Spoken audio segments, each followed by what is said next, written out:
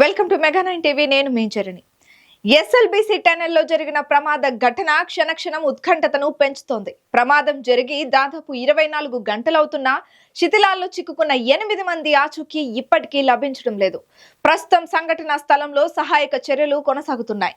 అన్ని రకాల ప్రయత్నాలు చేస్తున్నా వారి క్షేమంపై ఆశలు సన్నగిల్లుతున్నాయి. ఈ టన్నెల్ ప్రమాదంలో 2 ఇంజనీర్లు, 6 కూలీలు మట్టి బురదలో చిక్కుకున్నట్లు తెలుస్తోంది. వీరంతా ఇతర రాష్ట్రాలకు చెందిన వారేనని సమాచారం. వారిని కాపాడేందుకు ప్రభుత్వం అత్యవసర చర్యలు చేపట్టింది. ఇప్పటికే ఎన్డీఆర్ఎఫ్ బృందాన్ని సహాయక చర్యల కోసం రంగంలోకి దింపారు. అంతేకాకుండా భారత సైన్యం రెస్క్యూ టీం సహాయం కూడా కోరినట్లు తెలుస్తోంది. ఈ నేపథ్యంలో ప్రస్తుతం సంఘటనా స్థలంలో కొనసాగుతున్న సహాయక చర్యలు, అక్కడి లేటెస్ట్ అప్డేట్స్ ను మా ప్రతినిధి దేవ్ అందిస్తారు.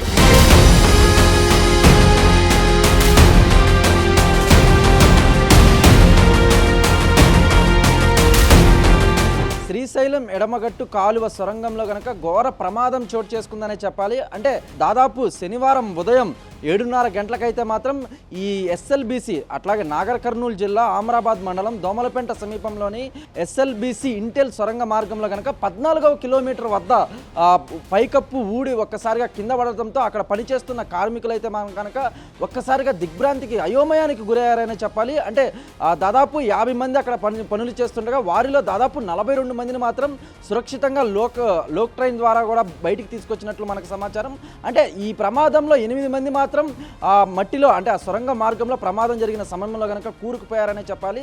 ఇదే విషయంపై, అంటే ఈ ఘటనపై అయితే మాత్రం సీఎం రేవంత్ రెడ్డి సహాయక చర్యలు సత్వరంగా, అంటే త్వరగా చేపట్టాలని అయితే ఇప్పటికే అధికారులను ఆదేశించారు. అదేవిధంగా అంటే ఈ ఘటనకు సంబంధించి ప్రధాని నరేంద్ర మోడీ కూడా సీఎం రేవంత్ రెడ్డికి ఫోన్ చేసి ఫోన్ ద్వారా కూడా ఆరా తీశారు. ఈ సంఘటనకు సంబంధించి వివరాలు అడిగి తెలుసుకున్నారు.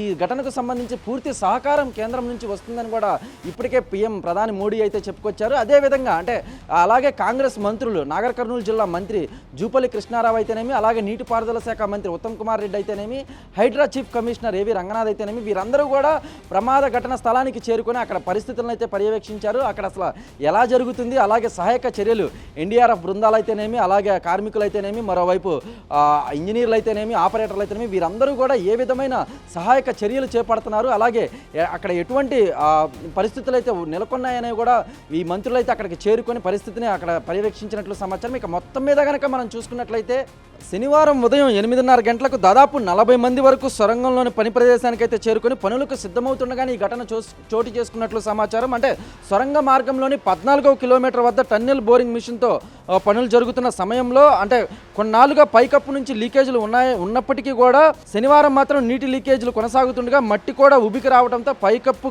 కాంక్రీట్ సెగ్మెంట్స్ ఒక్కసారిగా కుప్పకూలాయని అయితే ప్రత్యక్ష సాక్షులు అయితే చెప్తున్నారు. అంటే పని ప్రదేశం నుంచి వెనక్కి దాదాపు 10 సీసీ బ్లాక్లు కూలిపోవడంతో 100 మీటర్ల మేర నీరు అయితేనేమి, మట్టి అయితేనేమి మట్టిలో కూరుకుపోయినట్లు కూడా మనకు అందుతున్న సమాచారం. ఇక టీబీఎంకు సమీపంలో పనులు చేస్తున్న జయప్రకాష్ అసోసియేట్స్ లిమిటెడ్ రాబిన్సన్ కంపెనీకి చెందిన 2 ఇంజనీర్లు, 2 ఆపరేటర్లు, 4 కార్మికులు అయితే అందులో చిక్కుకుపోయారని అయితే ఇంజనీరింగ్ వర్గాలు అయితే తెలిపాయి. ఇక మిగతా 32 మంది వరకు కూడా కార్మికులు, టెక్నీషియన్లు కూడా ఎంతో సురక్షితంగా, అంటే లోకో ట్రైన్ ఉపయోగించి అయితే మాత్రం ఆ సొరంగ మార్గం, అంటే ప్రమాదం జరిగిన ప్రదేశం నుంచి కూడా బయటకు తీసుకొచ్చారనే సమాచారం. ఇక దాదాపు 4 ఏళ్ల తర్వాత ఈ నెల 18న తిరిగి పనులు ప్రారంభించారనే చెప్పాలి. అంటే పనులు ఆరంభమైన 4వ రోజే ఈ దుర్ఘటన జరగడంతో ఒక్కసారిగా అటువైపు తెలంగాణ రాష్ట్రంలో అధికారంలో ఉన్న కాంగ్రెస్ పార్టీ అయితేనేమి, అలాగే ప్రతిపక్షాలు అయితేనేమి తీవ్ర దిగ్భ్రాంతికి గురయ్యాయని చెప్పాలి. ఇక శనివారం ఉదయం 7:30 గంటలకు లోకో ట్రైన్ ద్వారా స్వరంగ మార్గంలోకి అయితే వెళ్లారు.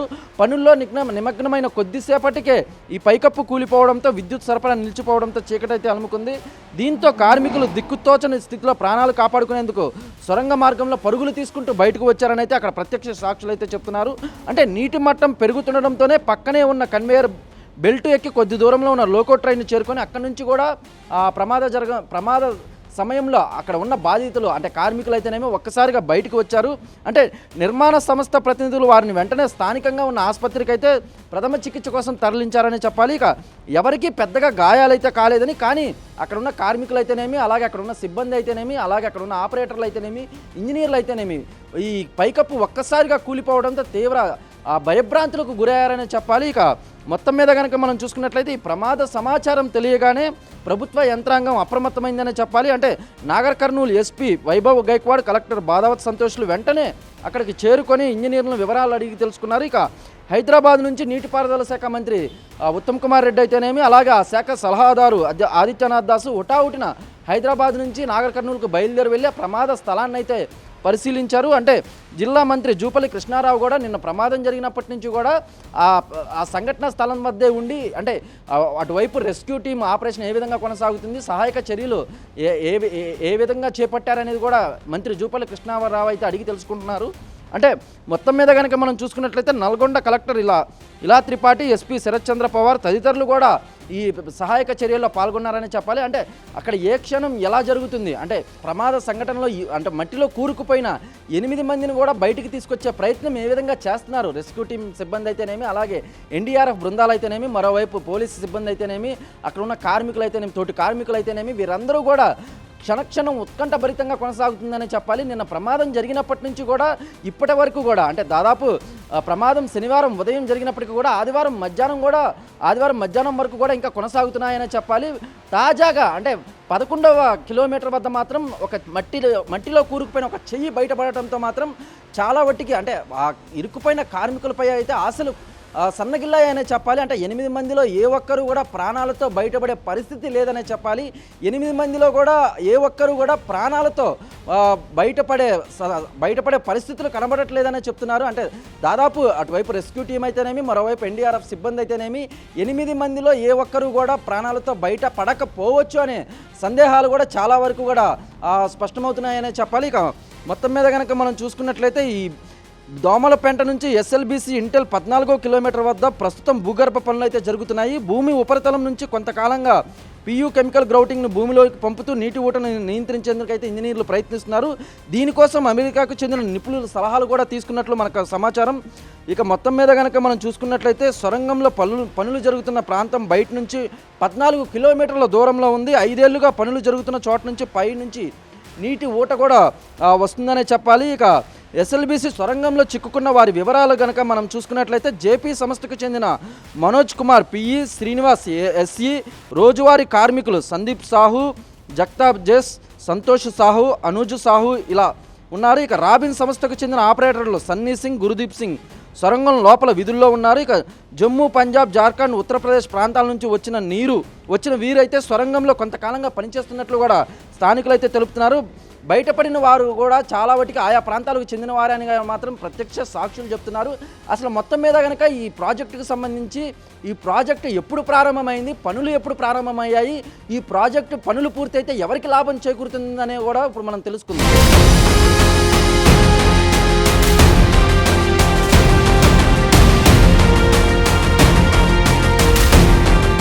ఉమ్మడి నల్గొండ జిల్లాలో 4.18 ఎకరాలకు సాగునీరు, 516 ఫోర్త్ ఫీడర్ గ్రామాలకు తాగునీటిని అందించేందుకు ఎస్ఎల్బీసీ సొరంగ మార్గం అయితే రూపుదిద్దుకుందనే చెప్పాలి. అంటే శ్రీశైలం రిజర్వాయర్ బ్యాక్ వాటర్ నుంచి రోజుకు 1/2 టీఎంసీ చొప్పున 60 రోజుల పాటు 30 టీఎంసీల నీటిని తరలించి తాగునీటిని కల్పించాలని అయితే నిర్ణయించారు. 1979లోనే ఈ ప్రాజెక్టుపై చర్చ మొదలై 1982 జూలై 29న 480 కోట్లతో సొరంగ మార్గం పనులకు అప్పటి ఉమ్మడి ఏపీ ప్రభుత్వం జీవో విడుదల చేసింది. కానీ సొరంగ మార్గం ఆలస్యం అవుతుందని భావించి అప్పట్లోగా తాత్కాలిక పద్ధతిలో పుట్టంగండి వద్ద లిఫ్ట్ ఏర్పాటు ద్వారా ఎంఆర్పీకి నీటిని తరలించే ప్రక్రియ అయితే మొదలుపెట్టారు.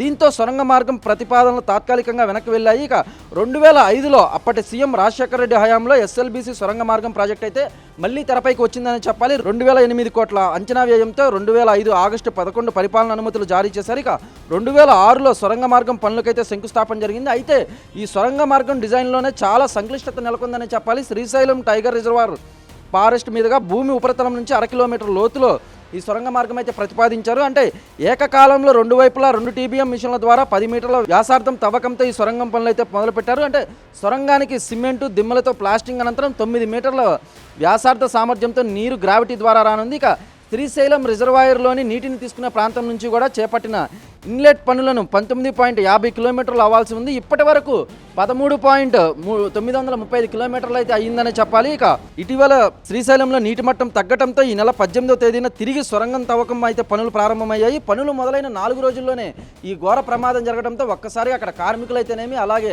అక్కడ పనులు చేస్తున్న ఆ ఇంజనీర్లు అయితేనేమి తీవ్ర దిగ్భ్రాంతికి గురయ్యారని చెప్పాలి. ఇక మన్నెవారపల్లి వైపు నుంచి కొనసాగుతున్న అవుట్లెట్ పనులు కూడా 20.435 కిలోమీటర్లు పూర్తయింది. ఇంకా 3.545 కిలోమీటర్లు తవ్వాల్సి ఉంది. దీని మొత్తం పొడవు 23.980 కిలోమీటర్లు. ఈ ప్రధాన సొరంగంలో ఇంకా మొత్తం 9.56 కిలోమీటర్ల సొరంగాన్ని తవ్వాల్సి ఉంది. ఇక మొత్తం మీద కనుక మనం చూసుకున్నట్లయితే నిన్న ప్రమాదం జరిగిన సమయం అంటే దాదాపు ఉదయం 7:30 గంటలకు ఈ ప్రమాదం చోటు చేసుకోవడంతో ఒక్కసారిగా 2 తెలుగు రాష్ట్రాలతో పాటు అటువైపు కేంద్ర ప్రభుత్వం కూడా అప్రమత్తమైందనే చెప్పాలి. అంటే దాదాపు 40 మంది వరకు ఈ పనుల్లో నిమగ్నమై ఉండగా ఒక్కసారిగా పైకప్పు కూలి వారి మీద పడటంతో 32 మందిని మాత్రం అక్కడ ఉన్న తోటి కార్మికులు అయితేనేమి, అక్కడ ఉన్న తోటి సిబ్బంది అయితేనేమి ఆ లోకో ట్రైన్ ద్వారా కూడా సొరంగం నుంచి బయటికి తీసుకొచ్చారు. కానీ 8 మంది మాత్రం ఈ సొరంగ మార్గంలో మట్టి దిమ్మెల మధ్య అయితే ఇరుక్కుపోయారనే చెప్పాలి.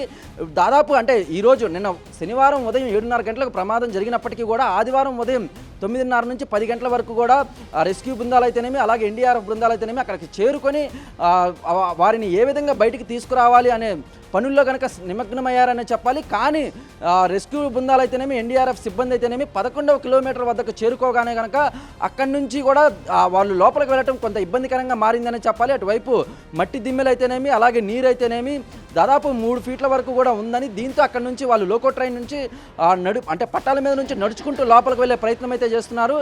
ఇంకా దాదాపు 3 కిలోమీటర్లు లోపలికి వెళ్లాల్సి ఉంది. కానీ ఒక్కసారిగా ఒక మనిషి చెయ్యి బయటికి పడటంతో ఈ మట్టి దిమ్మెల మధ్యలో నుంచి చెయ్యి కనిపించడంతో కనుక కొంత భయభ్రాంతులకు గురయ్యారని చెప్పాలి. అంటే ఇప్పటి వరకు కూడా 8 మంది కూడా ప్రాణాలతో బయటపడతారని అయితే అందరూ ఊహించినప్పటికీ కూడా కానీ ఒక చెయ్యి మట్టి దిమ్మెల మధ్యలో నుంచి బయటికి కనపడడంతో 8 మంది కూడా ప్రాణాలతో లేకపోవచ్చు అనే అనుమానాలు కూడా వ్యక్తమవుతున్నాయి. కానీ అటువైపు తెలంగాణ సీఎం రేవంత్ రెడ్డి అయితేనేమి, అలాగే ప్రధాని మోడీ అయితేనేమి ఎప్పటికప్పుడు ఈ ఘటనకు సంబంధించిన వివరాలు అయితే అడిగి తెలుసుకుంటున్నారు. ఇవి ఇప్పటివరకు ఉన్న అప్డేట్స్.